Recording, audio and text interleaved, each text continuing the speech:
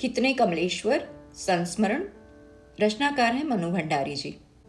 कमलेश्वर जी से मेरी मुलाकात 1957 में इलाहाबाद में प्रगतिशील लेखक संघ के एक बड़े आयोजन में हुई थी। मैं तब कलकत्ता में रहती थी और लेखन में बस कदम ही रखा था। राजकमल प्रकाशन से मेरा एक कहानी संग्रह छप चुका था, लेकिन तब भी मैं खुद को साहित्यकारों में शुमार कर पाने की न हिम्मत रखती थी न हैसियत।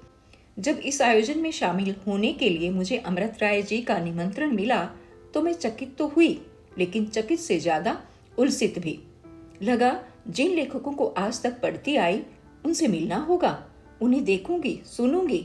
जब राजेंद्र ने बताया कि वे इस आयोजन में भाग लेने जा रहे हैं तो मैं भी उनके साथ लटक ली। वहीं मैंने हजारी प्रसाद द्विवेदी और महादेवी वर्मा के अविस्मरणीय भाषण सुने। वहीं मैं मोहन राकेश, कमलेश्वर जी, नामवर जी, फणीश्वर नाथ रेणु से मिली और उनसे बात की, लेकिन निकटता बनी तो केवल कमलेश्वर जी, राकेश जी और बाद में नामवर जी से। कमलेश्वर जी उन दिनों इलाहाबाद में ही रहते थे और इस आयोजन में व्यवस्थापक की भूमिका में थे। उन्होंने मुझे अपनी एक मित्र दीपा के यहाँ ठहराया। वे आयोजन में भूत की तरह काम कर रहे थे। कभी रात को 1 बजे तो कभी 2 बजे खाना खाने आते। दीपा उनकी प्रतीक्षा में जगती रहती थी और खाना गर्म करके खिलाती। अगर कमलेश्वर जी उस आयोजन की व्यवस्था में लगे हुए थे तो दीपा उनकी देखभाल में। मुझे लेकर वह दीपा को आदेश देते रहते कि वह मेरी सुख सुविधा और जरूरतों का पूरा ध्यान रखे, मुझे किसी तरह की असुविधा ना हो। उन 3 दिनों में मैं इतना तो समझ ही गई कि दीपा उनकी मित्र से अधिक बढ़कर कुछ है। कलकत्ता लौटकर कमलेश्वर जी और राकेश जी से मेरा पत्र व्यवहार भी शुरू हो गया। कुछ समय बाद कमलेश्वर जी ने दीपा के साथ मिलकर श्रमजीवी प्रकाशन खोला और उसके लिए पुस्तकें मांगी तो मैंने 3 निगाहों की एक तस्वीर नाम से अपने दूसरे कहानी संग्रह की पांडुलिपि भेज दी और राजेंद्र ने कुल्टा नाम की उपन्यासिका, दोनों पुस्तकें उन्होंने छापी भी। गर्मी की छुट्टियों में मैं अजमेर चली गई थी।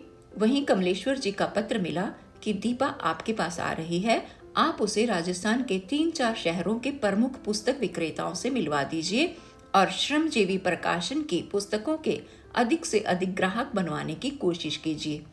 प्रकाशन के लिए मित्रों का सहयोग बहुत बहुत जरूरी है। काफी गर्मी थी और मैं चर्म रोग से पीड़ित थी, लेकिन दीपा आई तो उसे लेकर मैं जोधपुर और जयपुर तो गई, इससे अधिक मेरे लिए संभव नहीं था। बात दीपा ही करती थी और जमकर करती थी, पर बहुत कोशिश के बावजूद दोनों शहरों से 5-5 प्रतियों की व्यवस्था ही हो पाई। वह जब बात करती थी तो मैं सिर्फ दीपा को देखती रहती थी, उत्साह से भरी श्रमजीवी को सफल बनाने के लिए कृत संकल्प। मेरे मन में एक ही बात उभरती कि सहजीवन की पृष्ठभूमि तैयार करने के लिए कितना उत्साह भरा है ये सह आयोजन। पर कोई 1-1.25 साल बाद मुझे कमलेश्वर जी की शादी का कार्ड मिला। शादी हो रही थी गायत्री सक्सेना से। मैं हैरान परेशान, ये क्या किया कमलेश्वर जी ने, क्यों किया, कैसे किया, क्या बीत रही होगी दीपा पर। उस समय तक कमलेश्वर जी से संबंध केवल पत्रों तक ही सीमित था। इतनी अनौपचारिक नहीं हो पाई थी कि उनसे कुछ पूछती या फटकारती। सो बिना कुछ पूछे कहे जो भी हुआ उसे स्वीकार कर लिया। बहुत बाद में जब सारी स्थितियां खुली तो जो दुख उस समय दीपा के लिए उभरा था वह गायत्री भाभी के लिए भी उभर आया। पता नहीं गायत्री भाभी को इस प्रसंग के बारे में कुछ मालूम भी था या नहीं। कमलेश्वर जी से दूसरी मुलाकात दिल्ली में उनके नाई वालान गली के मकान में हुई, जहां वे गायत्री भाभी के साथ रहते थे। कलकत्ता से मैं अकेली ही दिल्ली आई थी।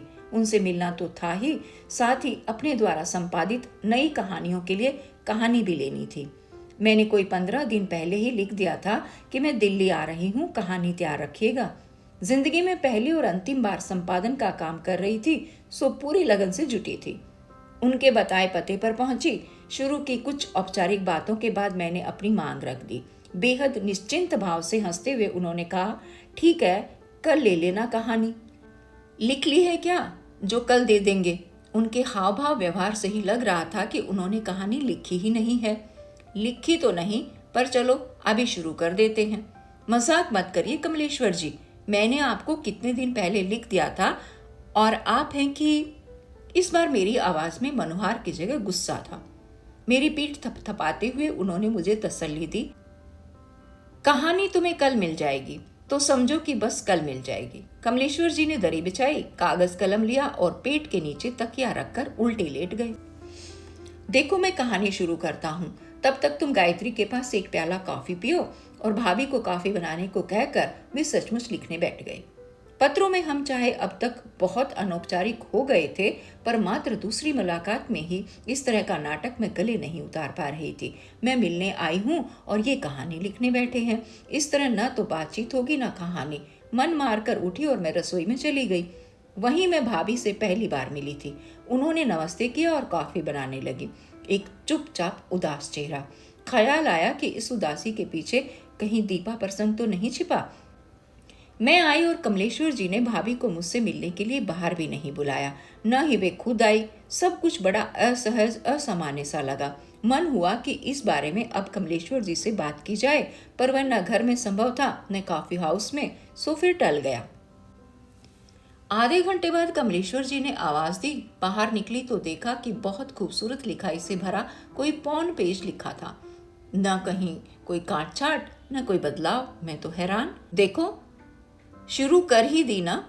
अब कल पूरी करके शाम को जब कॉफी हाउस में मिलेंगे तो तुम्हें सौंप दूंगा। अब गुस्सा थूको और हो जाए गपशप। उनकी इस अदाकारी पर मैं हंसे बिना नहीं रह सकी। दूसरे दिन शाम को कॉफी हाउस में राकेश जी और कमलेश्वर जी मिले तो उन्होंने कहानी सौंप दी। कहानी खोलकर मैंने अपने विश्वास को पुख्ता करना चाहा कि कहानी ही है और पूरी है। शुरू का पेज कल वाला ही था, जस का तस। मैं तो हैरान।